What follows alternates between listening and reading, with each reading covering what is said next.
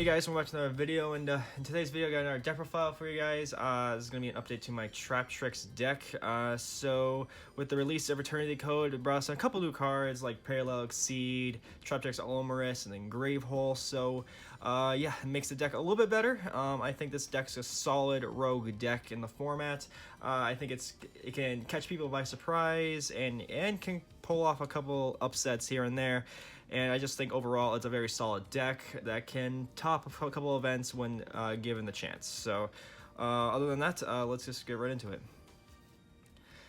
So to start off, you got one of your main Traptrix monsters, Traptrix Mermelio, 3 of her. Basically with her, she just searches a normal trap hole from deck on normal summon, and also on her special summon, she can target a spell or trap on the field that your opponent controls and destroy it, and that effect is mandatory. So a lot of people get confused by this, I don't know, for some reason, but the special summon effect is a mandatory effect, so it's always gonna activate whether or not there is a target or not. So she's really key in being able to trigger Sarah during the opponent's turn, which is nice. Next, triple Dionea, because she is the monster reborn of the deck and can just, help recur your resources. On normal summon, she brings back a Traptrix from graveyard in defense position, and then also she, on special summon, can target a trap hole in your graveyard to set it to your field, but banish it during the end phase of your next turn. So, if it's still in the field. So, really useful, really good utility to, bring back your resources. And then the last Traptrix monster of the deck is 3 Mantis, the Searcher for monsters, and she also has a quick effect where you can target a spell or trap you control, set one, and then bounce it back to the hand, and then you can set a spell trap from the hand as well. Good way of triggering Sarah as well with since it is a quick effect. And yeah, you just run those three Traptrix. Atrax I feel like is too meh, doesn't really do anything for you in the long run, so that's why I don't run that. Genlissia, same thing. I mean, I know I boasted how that card was going to be really good, but in testing it's just not as great as I thought it was going to be. And yeah, and Nepenthes, same thing, just too slow and too underwhelming to really run. So Mantis, Dionea, and Mermelio I feel are the best Traptrix, and probably the only 3 that you really need to run in the deck. You could test around with the others, but for me, I just need these 3, and I think in this current build. And then next for other monsters, not many, but one of them is going to be Parallel Exceed, the new card out of Eternity Code. Basically with this, if you link summon, you can special summon this card from your hand to your zone that link monster points to, and if it's no more special, you can special summon 1 Parallel Exceed from your deck. And if it was special summoned by the effect of a Parallel Exceed, its level becomes 4, and its original attack and defense become half. So really nice. It's a good way of getting another level 4 on a couple level 4s on your field to help get into a rank 4, which is nice. And it's just like a 4th, 5th, and 6th copy of Brigandine, which is nice. Now I know it's not a trap, so you're not going to be triggering Sarah, but it's a good way of being able to get a rank 4 on the field as well to help in a lot of matchups. So really good card. I would never run any less in this deck. And then next, 1 Artifact Scythe, because we do run Artifact Sanctum, and Scythe's just there to lock people out of the extra deck because it's really good and it's really funny when it happens. And yep, so that's it for the monster count. No hand traps. I couldn't find a way to fit hand traps in the deck. I mean, I do run Impermanence, so that's technically a hand trap, but if you're thinking of Ash and Ogre and all that, I don't run it in this deck. If you want to test around with those, you can. For this build, I just don't think they're needed. Then next, 2 Pot of Desires. This is my draw card of choice for the deck. You could do a couple areas with this. You can go a couple different ways. If you wanted to do Upstart instead of Desires, you could do that. If you don't want any draw power, you could do that. Just don't do Extravagance. Extravagance is probably the worst one you could do, but I feel like Desires is fine because it gets rid of cards that you don't need in certain matchups, and it digs yourself deeper into the deck, and it draws you 2 cards. So in my testing, it hasn't hurt me as bad. There have been times where it has hurt, but that's few and far between. If you're not comfortable with Desires, that's completely understandable. If your luck is horrid and you're always banishing 3 Mermelio every time or 3 Dionea every time, then I understand. But for me, I think Desires is a perfect fit in the deck. If you want to play Upstart, that's completely fine though, I understand. Then the last spell, 1 double or nothing, because we do run Utopia double, and that's one of the main win conditions. Now into the trap holes and traps in general. Triple floodgate because it is the best trap hole objectively in the game. And then 2 grave hole, the new one, which is basically when your opponent activates a monster effect in their hand or graveyard, when your opponent's banished monster effect is activated. Negates effect, and if you do, inflict 2,000 damage to your opponent. So really, really versatile and getting rid of hand traps. In the Orcus matchup, it's insane. Any deck that triggers stuff in the graveyard, you just have a free negate and they get burned for 2k, which is hilarious. So a really, really good card, very versatile card. I was kind of mixing around with ratios with this. I was thinking maybe 3 Gravedigger Trap Hole and 2 Floodgate, or just a straight 2-2. I decided to go with a 3 Floodgate, 2 Gravedigger ratio. It's always up to personal preference, I think, in this ratio, but for me, I feel like this is fine for my build.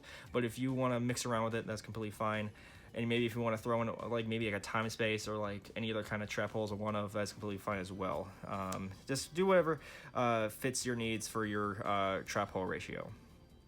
Then other traps, 3 Brigadine, because it's the best way to trigger Sarah, which is nice, so I don't really think I need to explain that. And it's a level 4 as well.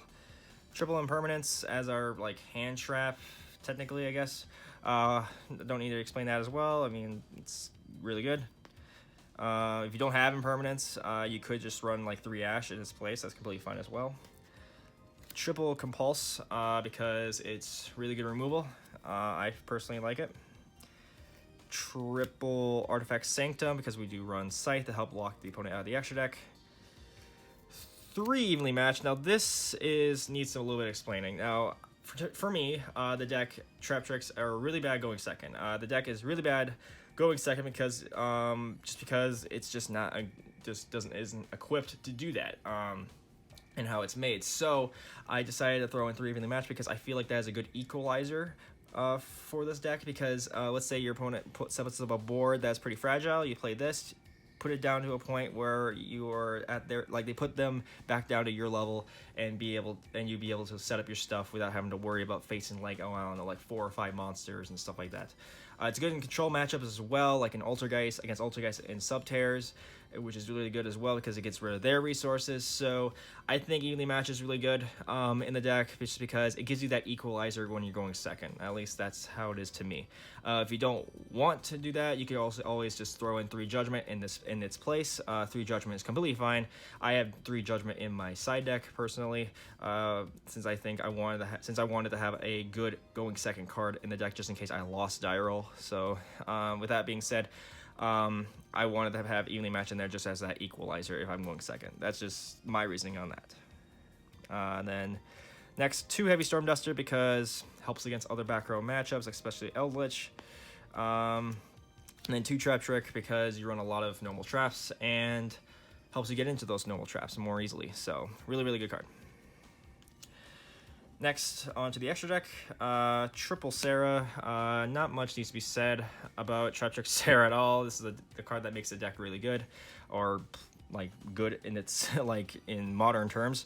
So yeah, really nice. Never go down, I feel to 2 or anything. Always stake a 3, because you're gonna always need that 3rd copy if more often than you actually think you do. So. Next, 1 Pentastag, because it helps give your Utopia double piercing. That's the whole point with that. 1 Dagda. This is from Dual Overload. This is a good way to help set your Scythe from the deck. So let's say you open Heavy Storm Duster and you're able to go into this turn 1. You can then make this, whatever they activate, you get to set a Scythe from your deck that you can play Heavy Storm Duster on resolution to then pop your Scythe, and then you'd be able to lock them out of the extra deck that way, because then Scythe will then trigger and special summon itself and then lock them out, which is really nice. Never has happened a lot yet, but the thought is there. And then next, 1 Unicorn to help bounce stuff back to the deck. I'm sorry, I thought that was I'm thinking of Castell for some reason. Then next, 1 Boral Sword, because it helps end games as well. Then on to the Xyz monsters. 1 Rafflesia, because you have plenty of targets, and also this in tandem with Gravehole is insane, because Rafflesia then becomes a negate button that just kicks your opponent in the nuts and they get burned for 2k, which is hilarious. And also she protects your Sarah and other Traptrix monsters, which is always nice. One Alomaris, I have summoned her a couple times in testing. She's pretty neat. So with her, she's unaffected by trap effects, but she has Xyz material. You can use each of the following effects once per turn. You can TDH 2 from this card, special summon 1 level 4 or plant or insect from your graveyard.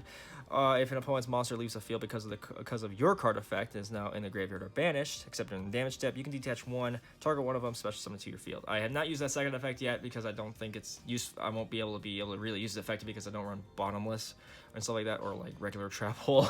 But the first effect is handy, being able to recover your stuff and kind of just like, you know, bring back more of your resources and everything, which is nice.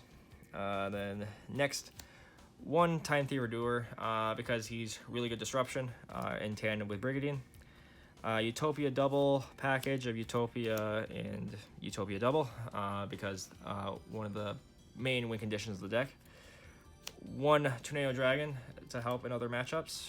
One Baguska, which is nice and against other rogue matchups because it slows them down and they can't really out it as well. Some of them can't. And then one Abyss Dweller, because Abyss Dweller is just really good.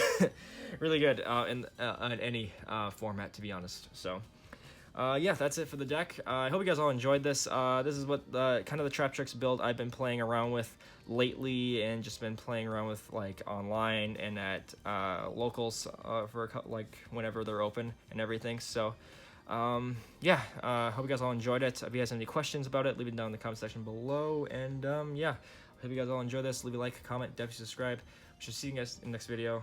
Have a nice day.